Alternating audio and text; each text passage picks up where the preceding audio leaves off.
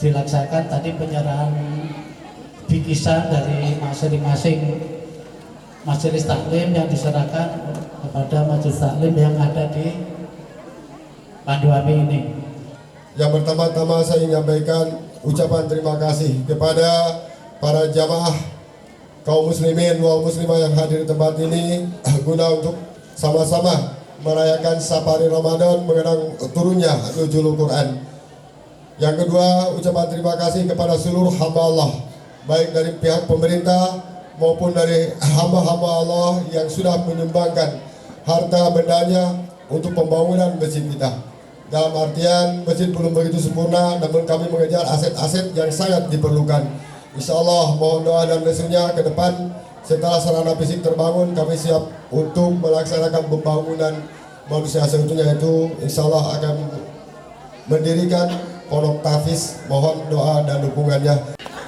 Sebagai umat Tuhan, tidak henti-hentinya saya mengajak kita semua untuk senantiasa menaikkan puji dan syukur kita kehadirat Allah Subhanahu wa Ta'ala karena atas anugerah, ridho dan kasih sayangnya kita di sore hari ini dapat diperkenankan untuk bisa hadir kembali di Masjid Al-Himmat Panduami di Sri Kosiwo dalam rangka untuk mengikuti safari Ramadan yang dilaksanakan oleh Panitia Hari-Hari Besar Islam Kabupaten Kepulauan Yapen, yang dalam hal ini dilaksanakan sekaligus buka bersama dan juga memberikan bingkisan yang sudah disiapkan.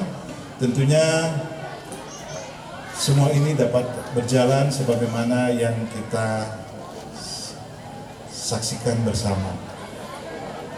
Atas nama pemerintah daerah, saya menyampaikan ucapan terima kasih dan penghargaan yang setinggi-tingginya kepada seluruh umat Islam yang ada di Kabupaten Kepulauan Yapen, terutama kepada Panitia Hari-Hari Besar Islam dan secara khusus kepada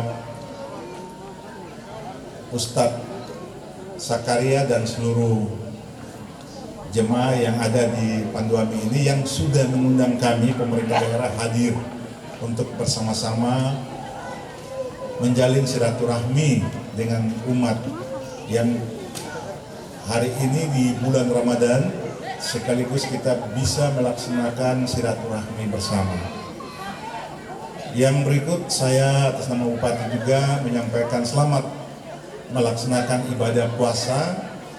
Semoga ibadah puasa ini diterima amal bakti oleh Allah Subhanahu wa Ta'ala dan memberikan keberkahan kepada kita semua.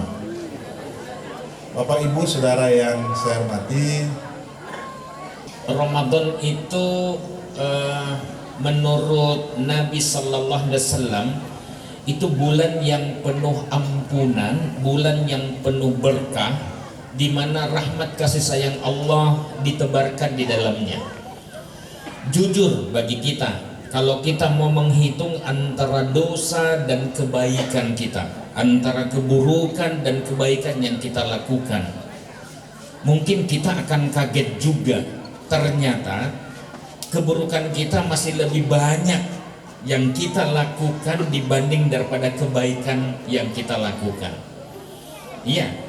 Ya, mungkin kita juga kaget. Maka karena Allah itu judulnya Allah Ar-Rahman Ar-Rahim, Allah Maha Pengasih Maha Penyayang, maka Ramadan ini dihadirkan untuk kita. Ya, bulan yang penuh berkah. Tetapi suatu saat Jibril alaihissalam ketika Nabi sallallahu alaihi wasallam ini menaiki 3 anak tangga, itu terdengar oleh sahabat, Nabi mengatakan amin, amin, amin. Lalu sahabat heran, loh, ada apa? Kemudian sahabat bertanya, ya Rasulullah, sami'naka taqul amin salasa marrat. Kami mendengar engkau menyebutkan amin 3 kali. Ada apa gerangan? Lalu kemudian Nabi sallallahu alaihi wasallam bilang, falamma ruqitu darajatal ula, ketika saya menaiki anak tangga pertama, saya mendengar Jibril datang kepadaku, dan Jibril itu mengatakan begini, syakia abdun adraka Ramadan fansalaha minhu walam yughfar lahu. Celakalah seorang hamba yang menjumpai Ramadan, dia anggap Ramadan sekedar rutinitas belaka tanpa makna, ya, dan dia tidak beroleh ampunan di dalamnya. Dia biarkan Ramadan berlalu begitu saja, tidak beroleh ampunan. Lah, pikir kita, apa yang dilakukan oleh orang ini sehingga dia tidak beroleh ampunan? Ya, apakah dia puasa? Wallahu a'lam. Atau kalau misalnya dia puasa, apakah dia melakukan qiyamu Ramadan untuk berasik masuk dengan Allah di malam-malam itu, di tengah sepi yang tidak ada orang yang lihat? Atau misalnya dia melakukan itu, tetapi bagaimana hubungannya dengan masyarakat?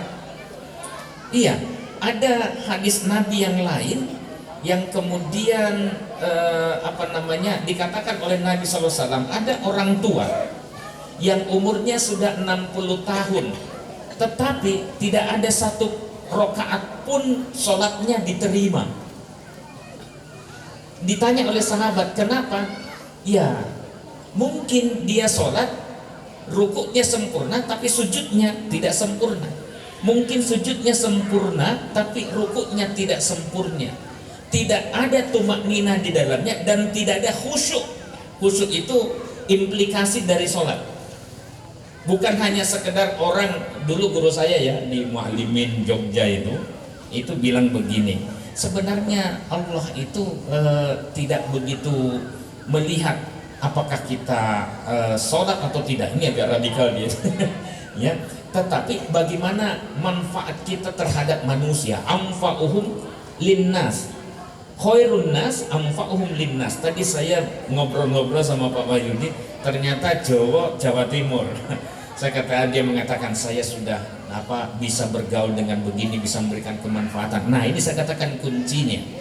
Sebaik-baik manusia adalah yang paling bermanfaat bagi orang lain. Ya, jadi bukan lagi hanya sekedar muslim. Oke, muslim penting, sholat itu penting, zakat itu penting, puasa itu penting. Tapi kalau hanya sekedar aspek lahiriah tanpa ada makna tentang kehadirannya di tengah masyarakat, malah sholatmu, kata Allah, bisa menyebabkan kamu celaka. Loh, kok bisa? Fawailul lil musallin, celakalah bagi orang sholat. Tapi jangan dipenggal di situ ya. Ada lanjutannya, alladzina hum an sholatihim sahun, orang yang sholat tetapi dia lupa, lalai dengan substansi sholat itu. Aqimis sholat lidzikri, aqimis sholat innas sholata tanha 'anil fahsya'i wal munkar. Malah dia melakukan kemungkaran karena dia menganggap sholat itu sudah mampu menghapuskan dosa-dosanya. Ingat, yang dikatakan oleh Nabi SAW antara sholat satu dengan sholat yang lain mampu menghapuskan dosa-dosa itu hanya dosa-dosa kecil, illal kabair. Tapi kalau dosa-dosa besar tidak diampuni. Itu harus melalui proses rekonsiliasi dengan manusia-manusia yang lain. Jadi kehadiran kita, kemanfaatan kita, dimanapun kita berada, manfaat adanya, ya. Jadi tidak kemudian menimbulkan ketakutan terhadap orang yang lain. Ingat, dalam hadis yang lain dikatakan al-muslimun, muslim itu adalah man salima, orang yang selamat, ya, yang dari gangguan lisannya dan perilakunya. Coba. Jadi kita harus menjadi muslim yang substantif. Nah, puasa ini antara lain, tidak semua hal yang kita pikirkan itu bisa kita ceploskan. Puasa ini melatih kemampuan kita untuk mengendalikan diri.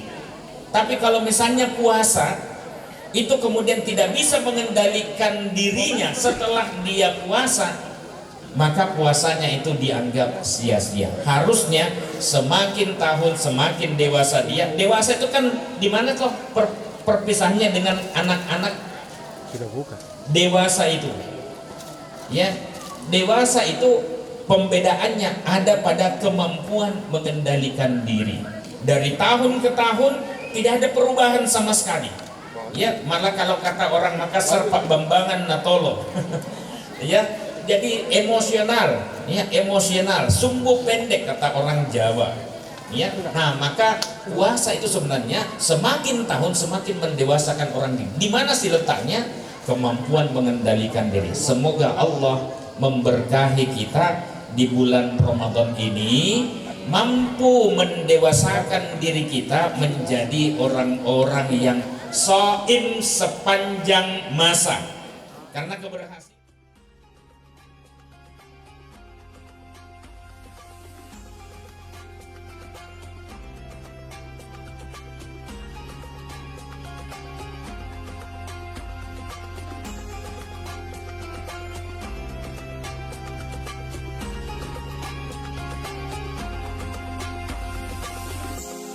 Abwabul jannati wa ghuliqat abwabul jahannama wa sulsilatis syayati. Bismillahirrahmanirrahim.